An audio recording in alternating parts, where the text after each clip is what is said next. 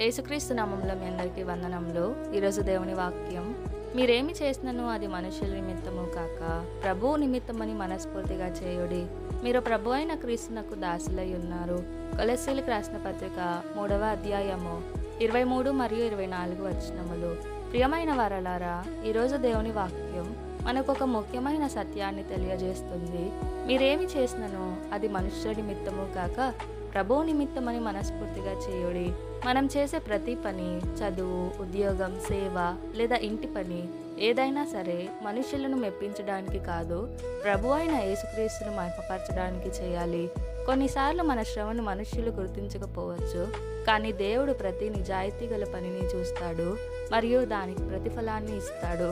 అందుకే ప్రతి పనిని ప్రేమతో, విశ్వాసంతో, మనస్ఫూర్తిగా చేద్దాం. దేవుని చిత్తం ప్రకారం జీవిస్తూ ప్రతి పనిలో క్రీస్తును గౌరవిద్దాం. ఆమెన్.